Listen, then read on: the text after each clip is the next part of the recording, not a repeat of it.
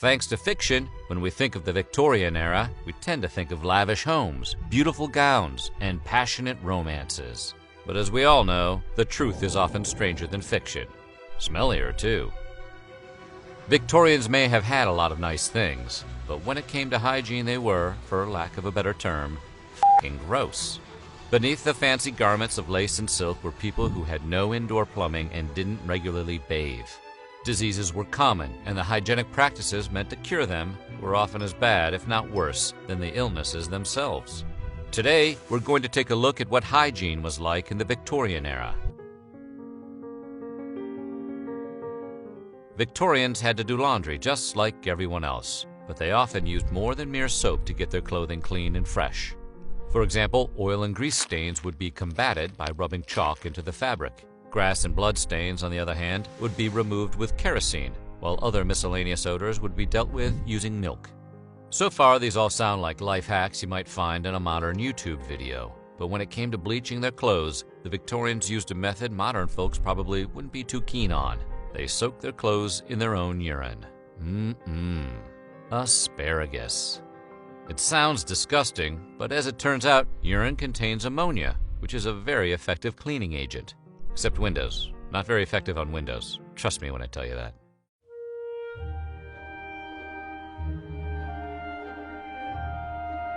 Toothbrushes and toothpaste existed at the time and were available to the Victorians, but typically only the middle and upper classes. Most working class folks had to get a little bit more creative. Toothpaste, for example, could be made at home using common ingredients that include things like chalk, soot, or even powdered cuttlefish. Toothbrushes of the era typically had wooden handles, harsh bristles, and weren't terribly comfortable to use. Despite this, they were relatively expensive, and those who couldn't afford them had to find alternate ways to clean their teeth. One common method was the use of celery, which was believed to be abrasive enough to clean one's teeth while being chewed.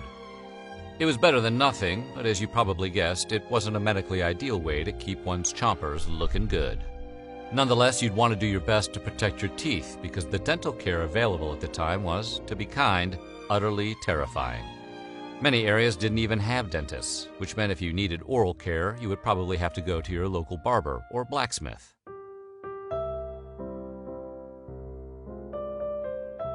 The earliest indoor toilets, also known as water closets, were both convenient and popular. But because they predated the invention of indoor plumbing, they had some undesirable drawbacks. With no pipes to carry away the waste, it often just dropped into a large cesspool that was located in the building's basement. While this arrangement was more accessible than an outhouse and less exposed than a chamber pot, the cesspool would eventually fill up. Once that happened, it didn't take too long for the whole house to start smelling, well, like a cesspool. To combat the stank, a cottage industry of night soil men sprung up. These laborers would empty the cesspool and then sell the waste to farmers, who needed it to use as fertilizer.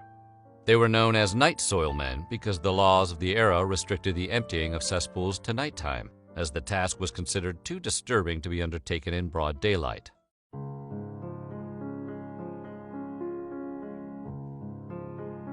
You would think something as simple as how to take a bath would be pretty intuitive to most people. You sit in water and wash yourself. But in Victorian times, that wasn't common knowledge. In fact, as regular or at least semi-regular bathing came into fashion, Victorians were besieged by publishers selling books that taught the uninitiated what to expect from a bath. Much of this guidance, though, was non-scientific. For example, one such book advised the curious and unwashed among Victorian society to avoid bathing within 4 hours of eating a large meal. This rule still exists today, though it's usually applied to swimming after meals rather than bathing. Another tip one might find in these books was to avoid washing their face when they traveled, unless they had the means to first purify the water with ammonia or alcohol. So-called Russian baths, which consisted of washing the face with extremely hot and then extremely cold water, were advised for those who were worried about preventing wrinkles.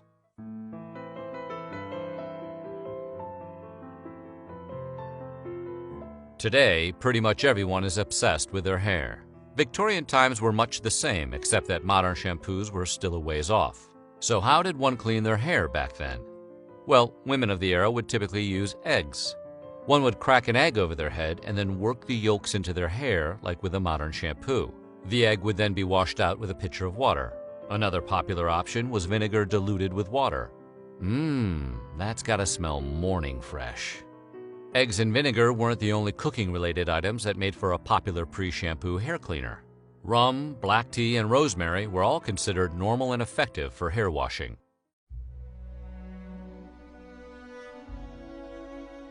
Cleaning one's hair is important, but maintaining a youthful and vital look is, to many, equally important. The Victorians were no different. To that end, Hall's Vegetable Sicilian Hair Renewer, first introduced in the 1860s, became a staple of the era's hair care regimens. The product's main benefit was to darken hair in such a way that allowed people to hide their gray. Unfortunately for the people who used it, Hall's Hair Renewer used lead as a bonding agent. Its function was to aid other chemicals in darkening the hair, but it had the slight side effect of causing lead poisoning. Eventually, the company that manufactured Hall's managed to get the lead out, or at least most of it, in the formula, and the product managed to stay on the market well into the 1930s.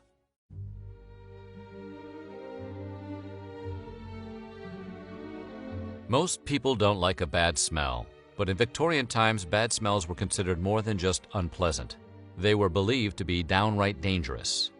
The idea that various conditions, including cholera and chlamydia, were spread through pollutants in the unclean air was called the miasma theory, or night air, and it dated back to antiquity. Victorians put a lot of stock in the miasma theory and blamed the poor health endemic in London's impoverished districts on wicked smells that floated through the streets. Even Florence Nightingale, one of the most famous nurses in history, believed it and thought that clean air would restore health to sick patients. While there was a connection between the bad smells and poor health, it wasn't the causative one Victorians believed. Turns out, the poor sanitation that was normal in industrial areas of the time was independently causing both the bad smells and many of the diseases.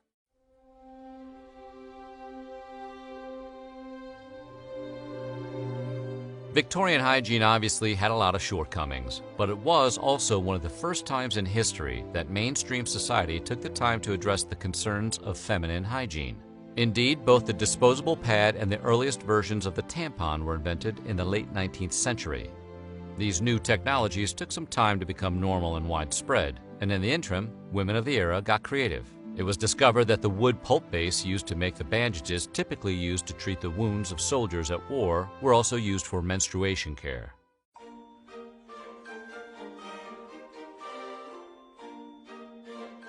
Ask anyone who lives in New York, London, or Hong Kong, and they'll tell you that in the heat of the summer, big cities, even modern ones, can develop a noxious smell. But the stench that emanated from London in 1858 was something else entirely. It was so unbearably heinous that the whole city practically shut down. During the Victorian era, the River Thames used to be the hub of the entire London sewage system. In practice, this meant that most citizens disposed of their waste by simply dumping it into the river. Londoners were not happy, and they raised quite a stink over the foul odors that came from the water. Doctors, in accordance with the aforementioned miasma theory, blamed the stench for causing rampant disease throughout the entire city. It was so horrible that the summer of 1858 would forever be known as the Great Stink. That's a t-shirt waiting to happen.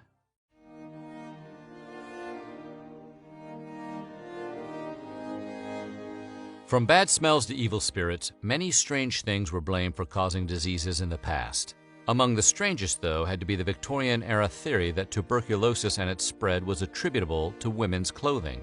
Doctors of the era theorized that long skirts dragging along the street were picking up the disease, and women who wore them were unwittingly bringing sickness into their home and spreading it to their families. The theory didn't stop at dresses, though. Doctors of the time also believed that the tight corsets women wore were also responsible for tuberculosis on account of the fact that they constricted the lungs. As such, doctors trying to stop the spread of the disease were prone to prescribing looser corsets and shorter skirts. Very fashionable.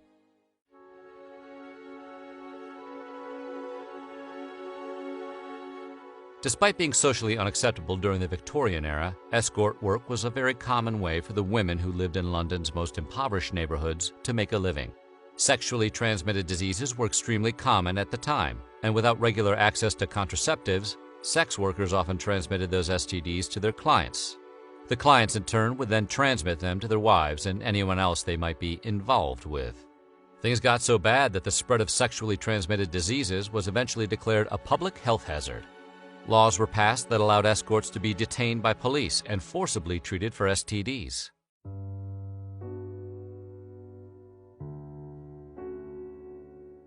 Though it wouldn't be widely marketed until 1914, the mouthwash we know as Listerine was invented by Dr. Jordan Lawrence and chemist-turned-entrepreneur Jordan Wheat Lambert in 1879. Victorians were slowly beginning to accept notions of modern hygiene, so Lambert first tried marketing his concoction as a medical antiseptic.